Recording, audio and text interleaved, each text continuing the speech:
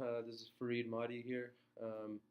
Today I'm going to show you how to install a dummy website for BeTheme, and then I'm going to configure it and go through all the different settings. So let's get to it. In the last video, we set up the theme, we installed it, and I basically set this layout just to show you guys how to import the dummy data. So I'm going to go ahead and change this in the settings. I'm going to change it over to another website template. I was looking at all the ones that are available. I really like this one that's called Profile, because again, we are making the website for my name, freedmahdi.com. So I think this one would kind of fit what we're going for. So let's go ahead and do that. The theme is called Profile. So let's find.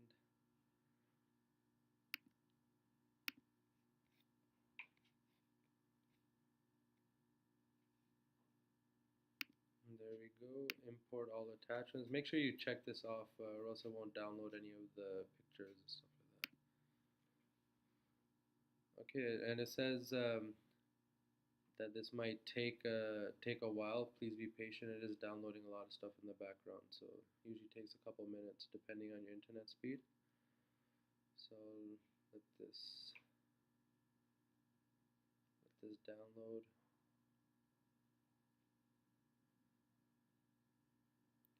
Again, you can find all the different pre-made templates on, if you go to themes.muffingroup.com, it shows all the different pre-made websites that they have. They claim that they have over 250.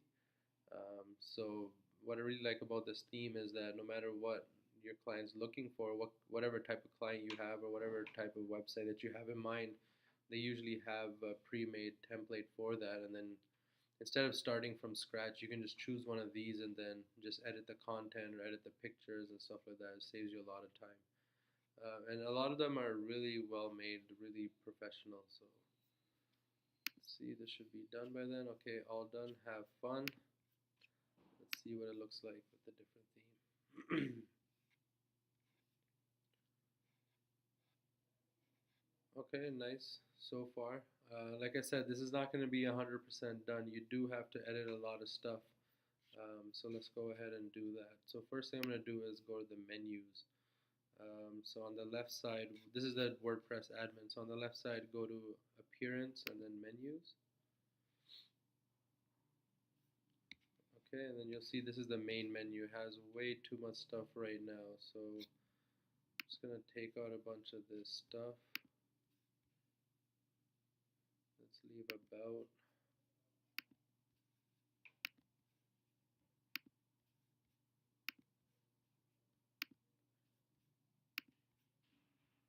So I'm just going to clean up these menus. I want it super basic, very simple. So I'm thinking just home, about, and contact.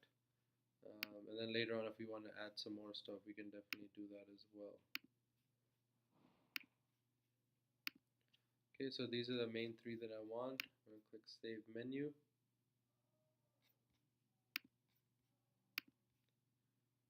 Okay, so you'll see the menu has been changed at the top over here. Let's go ahead and customize some more settings. So this is the main settings for the whole theme. So if you go to global, you can change out the different layouts, how wide you want it, different button styles. There's a lot of settings here. If you want to add a favicon, that shows up at the top over here. You can do that as well. So I like the full width because it automatically detects a browser's width and it changes accordingly. So I like the full width. Some people prefer the boxed. Let's just see what the difference is. So this is how it looks full width. Let's change it to boxed. Save changes.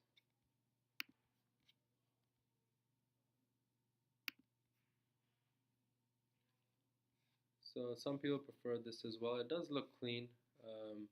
It's just a matter of preference, I guess. So I'm gonna leave that for now. Then let's go through these other settings as well. So that's the general settings. Logo.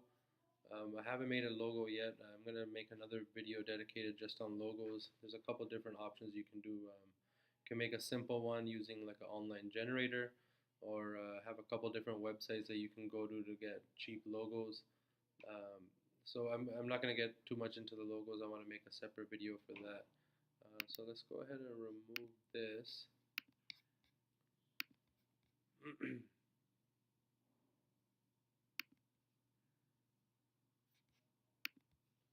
Okay, I think it's still going to show something there by default unless we change it to something else.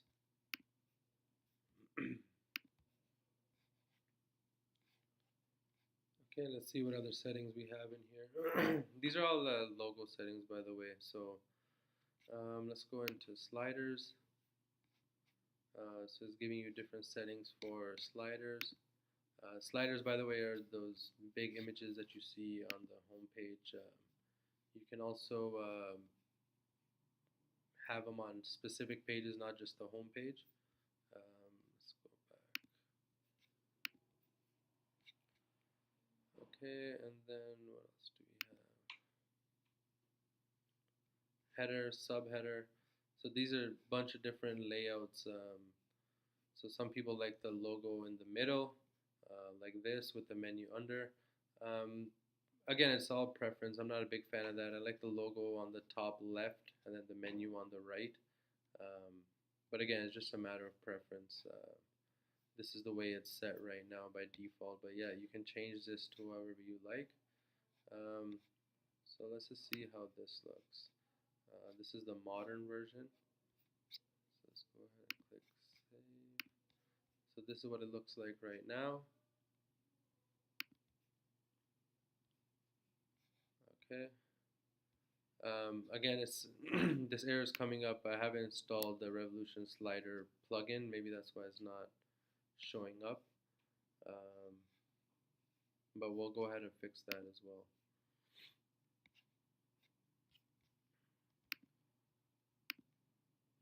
So there's a notification showing me all the different plugins that I should install. So let's go ahead and install these. So these two are required. These other ones are recommended. Visual Composer is already pre-packaged. This might be good for a lot of you guys that just want to drag and drop different components on the website. It makes it super easy.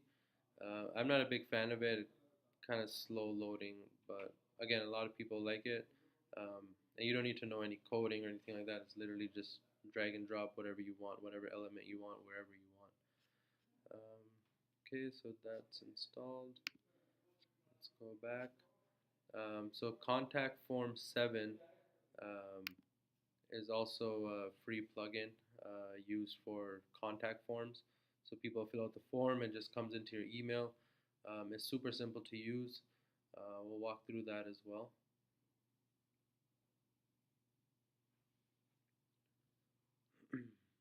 Okay, so this is just activating the Slider Revolution plugin.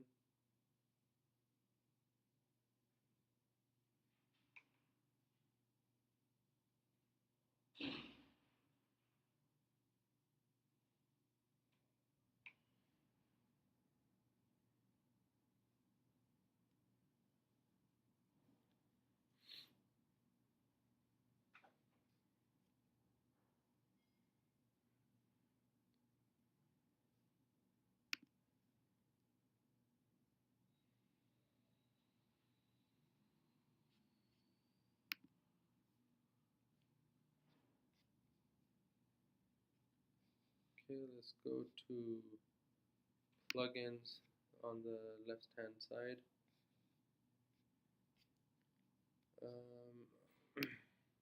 There's a default plugin for GoDaddy. I'm going to delete that. Okay, so Slider Revolution is activated.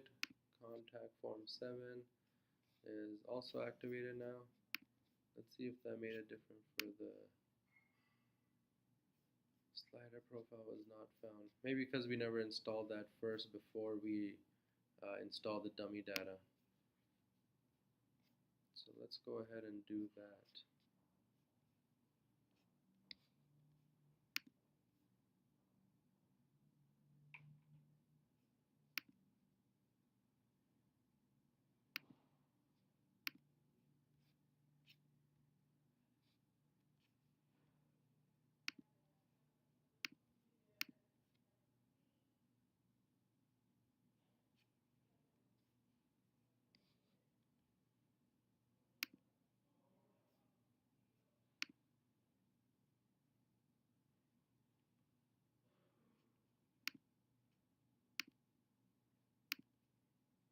I'm also going to just copy over the widgets as well. Um, that way we won't have to do them from scratch.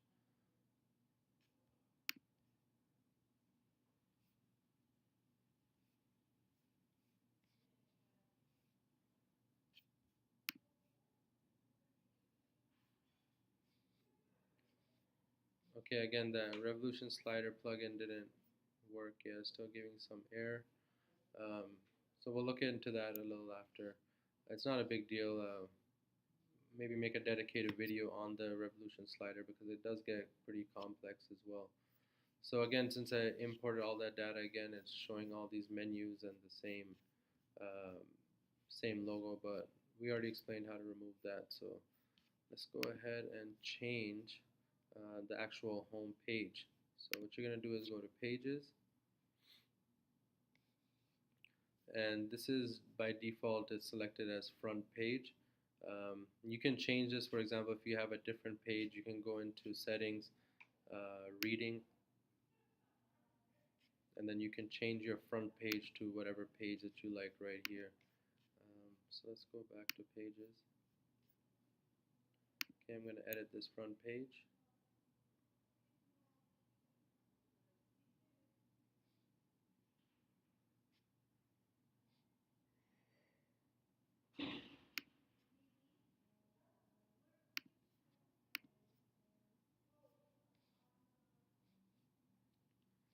Okay, so this is the Muffin Group builder, or whatever you want to call it. It's kind of like Visual Composer. I think it's like their own version of it. So basically, you can cross-reference when you look at the website as well. So right here it says Summary About Me. So all you need to do is find that over here, Summary About Me, click Edit, and you can just change the settings right here. So I'm going to write about Mahdi.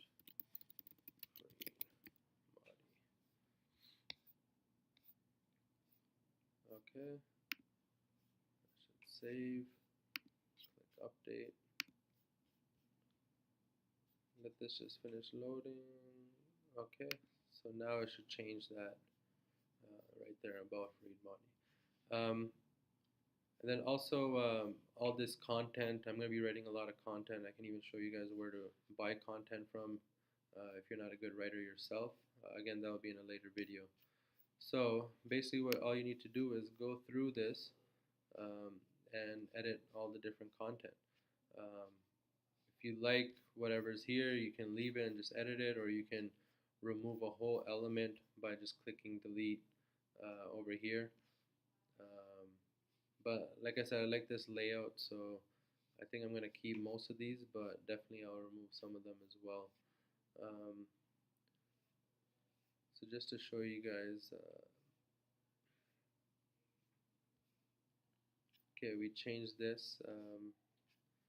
So if you go back to the website, you can see, okay, this writing over here, my education, my career, you just got to find that over here and just click on edit. The coding is already there, so just be careful that you don't erase any of the coding, anything that's in these brackets. Just the writing you need to change. Once you edit all the content, just close this, click update, and it'll be live. Before we finish, I'm just going to show the widget section.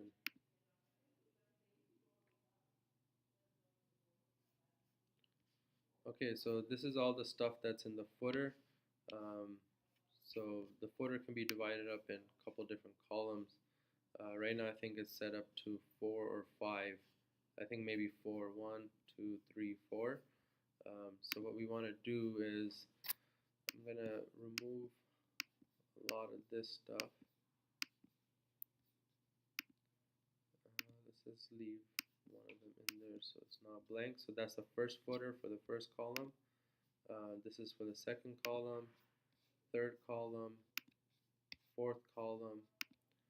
The fifth column is empty, but I'm guessing if you put something in here, instead of 4 columns, it's going to split it up into 5. So let's just leave it at 4. And let's see how that looks. Okay, so we have all the social media stuff. Again, this is just by default, so you would have to go in here um, and change the URL. So for example, this is the Facebook. Instead of this number sign here, I would just put in my Facebook URL. And then same for the other ones for Google Plus, Twitter, Pinterest, LinkedIn. Once you add those, just click save. And then now this is actually a link going there. I just put in a test URL, so obviously it's not going to work. And then also you can play around with whatever you want at the bottom as well. There is some pre-built widgets that you can already put in. For example, if you wanted different pages, if you wanted a custom menu, if you wanted comments, a whole bunch of stuff. And then also I want to show one last thing before we finish. So this form is already built in. It looks pretty clean. This is using contact form 7. So let's just quickly show how that works. So once it's installed, on the left side you'll see a little tab. It's called contact. Just click edit. So these are the different fields that you'll see. So your name, your email, subject, your message. As you can see, these ones are required. Anything that has this little star here is going to be required, and it's already ready to go. So wherever you want to put this form, all you need to do is just copy this. It's called a short code. Just copy this wherever you want. So for example, if I'm on a specific page, okay, this is all showing as one page. So for example, let's go to pages, and let's go to core features.